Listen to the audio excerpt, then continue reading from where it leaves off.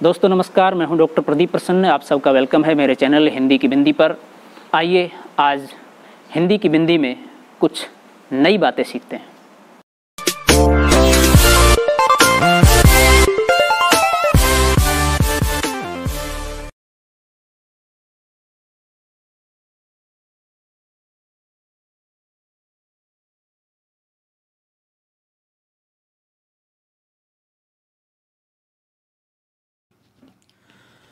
विद्यार्थियों, आज की वीडियो हम बना रहे हैं कक्षा 8 की हिंदी की पाठ्य पुस्तक वसंत का तीसरा पाठ बस की यात्रा। यह प्रसिद्ध व्यंग्यकार हरिशंकर परसाई द्वारा लिखित है। हम इस वीडियो में इस पाठ को पढ़ेंगे, इसका अर्थ बताएंगे, इसका भाव बताएंगे और प्रश्न उत्तर वाली वीडियो हम पृथक से बनाएंगे। तो वीडियो प्रारंभ करने से पहले आप सबसे निवेदन है, यदि आपने हिंदी की बिंदी चैनल को अभी तक सब्सक्राइब नहीं किया है तो प्लीज़ उसे सब्सक्राइब जरूर करें, बेल आइकॉन को जरूर दबाएं ताकि कोई वीडियो आप मिस ना कर पाएँ। और हिंदी की बिंदी चैनल पर प्लेलिस्ट पर जाकर आप लगभग सभी कक्षाओं की वीडियो देख सकते हैं। तो आइए शुरू करते हैं आज की वीडियो, बस की यात्रा। हम 5 मित्रों ने तय किया कि शाम 4 बजे ही बस से चलें। पन्ना से इसी कंपनी की बस सतना के लिए घंटे भर बाद मिलती है, जो जबलपुर की ट्रेन मिला देती है। पन्ना मध्य प्रदेश में एक बहुत ही प्रसिद्ध स्थान है, जहाँ एक बड़ा संग्रहालय भी है। तो उस जगह उससे इसी कंपनी की बस सतना के लिए, सतना भी एक जगह का नाम है, स्थान है, और जबलपुर जाना है। उसके आगे फिर ट्रेन के माध्यम से यात्रा करनी है। तो लेखक उसका जिक्र कर रहा है।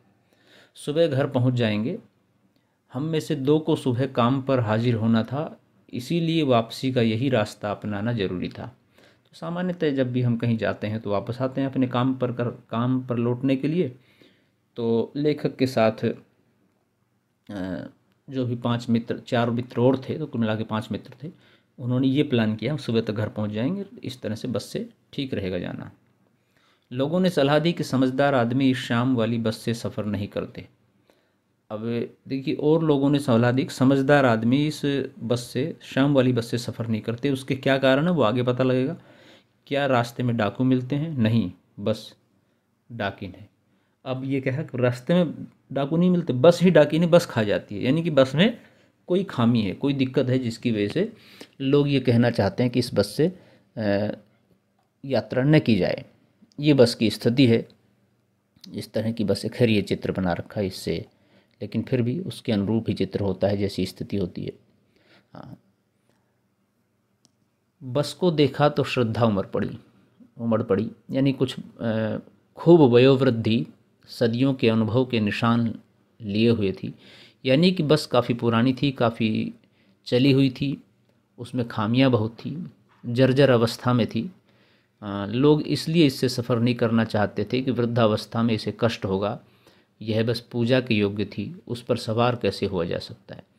अर्थात कहने का मतलब यह है कि बस की इतनी कंडीशन ख़राब थी कि उसको खड़ा कर देना चाहिए।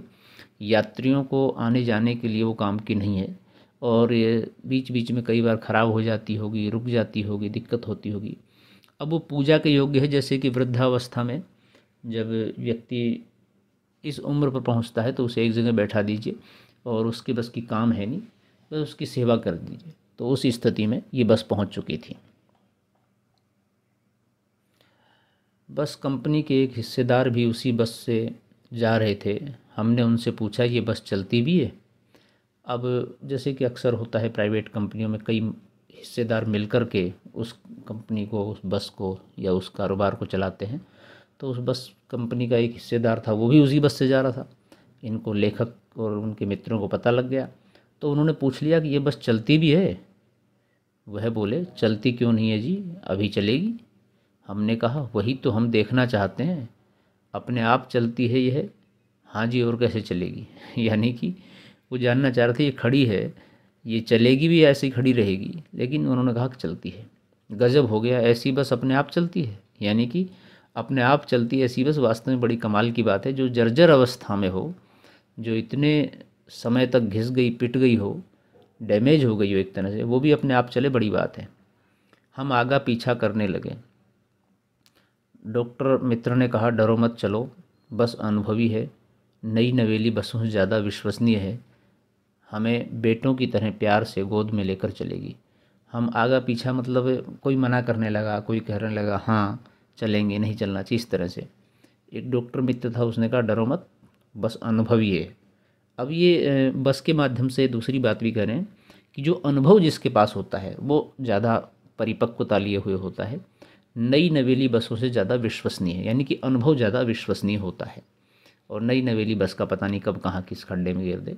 तो हम बेटों की तरह प्यार से, जैसे कि बड़े लोग अपने बच्चों को गोद में बैठा करके प्यार से दुलार से चलते हैं, ऐसे ही ये भी हमें बेटों की तरह प्यार करते हुए अपनी गोद में बैठा के चलेगी, सीट बैठा के। हम बैठ गए। जो छोड़ने आए थे वे इस तरह देख रहे थे जैसे अंतिम विदा दे रहे हैं, अर्थात उनको ये आशंका हो रही थी जैसे कि इस बस में यात्रा करना अपने आप में खतरनाक है, तो पता नहीं ये लोग सुरक्षित पहुँचेंगे नहीं, अब अंतिम यात्रा हो जैसे। उनकी आंखें कह रही थी आना जाना तो लगा ही रहता है, आया है सो जाएगा, राजा रंग फ़कीर, आदमी की कूच करने के लिए एक निमित्त चाहिए। आदमी को कूच करने के लिए यानी कि यात्रा जाने के लिए, हाँ, कोई ना कोई बहाना चाहिए। तो अब ये दो अर्थ है, यानी कि जो छोड़ने आए थे, अक्सर हम छोड़ने जाते हैं रेलवे स्टेशन, बस स्टॉप पर अपने परिचितों को, तो दूसरे अर्थ में है कि जो छोड़ने आए थे वो कह रहे हैं कि तुम बस से जहाँ जा रहे हो, जिस भी गांव शहर जा रहे हो, उसके लिए आना जाना लगा रहता है। और कोई भी हो, पैसे वाला हो चाहे गरीब हो, सब आते जाते हैं अपने रिलेटिव के यहाँ, अपने परिचित के यहाँ, या घूमने के लिए, और कहीं जाने के लिए कोई ना कोई बहाना चाहिए। और दूसरे अर्थ में जैसे कि आना जाना लगा रहता है, मतलब मृत्यु से स्वर्गलोक, ये भी आना जाना लगा रहता है, चाहे कैसा व्यक्ति हो, और कोई ना कोई बहाना होता है, चाहे कोई बीमार हो, एक्सीडेंट हो, या कोई दूसरे कारण से मरे। इंजन सचमुच स्टार्ट हो गया, ऐसा जैसे सारी बस ही इंजन है और हम इंजन के भीतर बैठे। यानी कि जब बस स्टार्ट हुई तो उसका इंजन स्टार्ट हुआ, लेकिन इतनी आवाज़ और ऐसे खड़खड़ खड़ कर रहा होगा कि ऐसा लग रहा है जैसे कि सारी बस इंजन है और यात्री इंजन के अंदर ही बैठे हों, इतनी बेकार सी आवाज़ और इतनी भयंकर सी आवाज़ हो रही थी। जो बचे थे उनसे हमें बचना था, हम फ़ौरन खिड़की से दूर सरक गए। हाँ, यानी कि जो बचे थे, जो लोग थे, नहीं सॉरी, कांच बहुत कम थे, जो बचे थे उनसे हमें बचना था, हम फ़ौरन खिड़की से दूर सरक गए। यानी कि कांच जो खिड़कियों में थे वो टूटे हुए थे ज़्यादातर, लेकिन कुछ बचे हुए थे, और जो बचे हुए थे ऐसे टूटे हुए थे, उनसे हमें बचना था। क्यों? क्योंकि बस चलेगी तो कहीं खड्डे में और कहीं थोड़ी इधर उधर हुई तो ये कांच टूट करके हमें लग सकते हैं, इसलिए खिड़की से सरक गए। इंजन चल रहा था, हमें लग रहा था कि हमारी सीट के नीचे इंजन है, यानी इतनी तेज़ आवाज़ कर रहा था, खड़ खड़ खड़ की आवाज़ परेशान कर रही थी। बस सचमुच चल पड़ी और हमें लगा कि ये गांधी जी के असहयोग और सविनय अवज्ञा आंदोलन के वक्त अवश्य जवान रही होगी। यानी कि बहुत पुरानी बस है, उस समय जब देश आज़ाद नहीं हुआ था, लगभग 1920-22 के आसपास, तो तब ये बस ज़रूर जवान थी उस समय। अब इतने वर्ष हो गए तो बूढ़ी हो गई। उसे ट्रेनिंग मिल चुकी थी, हर हिस्से दूसरे से असहयोग कर रहा था। पूरी बस सविनय अवज्ञा आंदोलन के दौर से गुजर रही थी, यानी कि विनयपूर्वक आज्ञा लेते हुए चुपचाप धीरे धीरे सब उसके कलपुर्जे एक तरह से हिले हुए थे, लेकिन फिर भी चल रही थी। सीट का बॉडी से असहयोग चल रहा था, यानी कि सीट जो उसकी बॉडी थी वो तालमेल नहीं था, टूटी हुई थी। कभी लगता सीट बॉडी को छोड़कर आगे निकल गई है, कभी लगता कि सीट को छोड़कर बॉडी आगे भागी जा रही है। 8-10 मील चलने पर सारे भेदभाव मिट गए। ये समझ में नहीं आता था कि सीट पर हम बैठे हैं या सीट हम पर बैठी है। यानी कि वो ऊबड़ खाबड़ थी, उटपटांग थी, टूटी फूटी थी, तो इस तरह से सब घालमेल हो गया, लेकिन फिर भी चल रही थी बस। महत्वपूर्ण बात यही थी। इधर उधर यात्री गिर भी रहे होंगे। एकाएक बस रुक गई। मालूम हुआ कि पेट्रोल की टंकी में छेद हो गया है।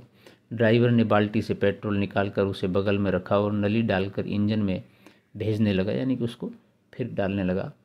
अब मैं उम्मीद कर रहा था कि थोड़ी देर बाद बस कंपनी के हिस्सेदार इंजन को निकालकर गोद में रख लेंगे और उसे नली से पेट्रोल पिलाएंगे, जैसे माँ बच्चे के मुंह में दूध की शीशी लगाती है।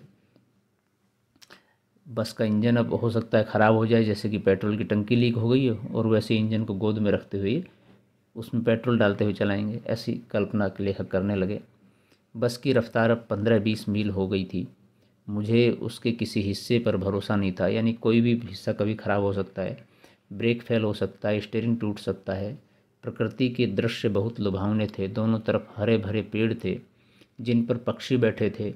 मैं हर पेड़ को अपना दुश्मन समझ रहा था। जो भी पेड़ आता डर लगता कि इससे बस टकराएगी। वह निकल जाता तो दूसरे पेड़ का इंतजार रहता। झील दिखती तो सोचता कि इसमें बस गोता लगा जाएगी। यानी कि लेखक जब बस के बाहर का दृश्य देख रहा था, क्योंकि बस का तो कोई भरोसा नहीं था, कब ब्रेक फेल हो जाए, स्टीयरिंग टूट जाए या कुछ दूसरी चीज़ टूट जाए, तो बाहर से भी ऐसा लग रहा है जैसे कि बस किसी वृक्ष से टकरा जाएगी और वो वृक्ष गिर जाएगा और हम वैसे मर जाएंगे, या किसी झील में चली जाएगी बस तो हम मर सकते हैं।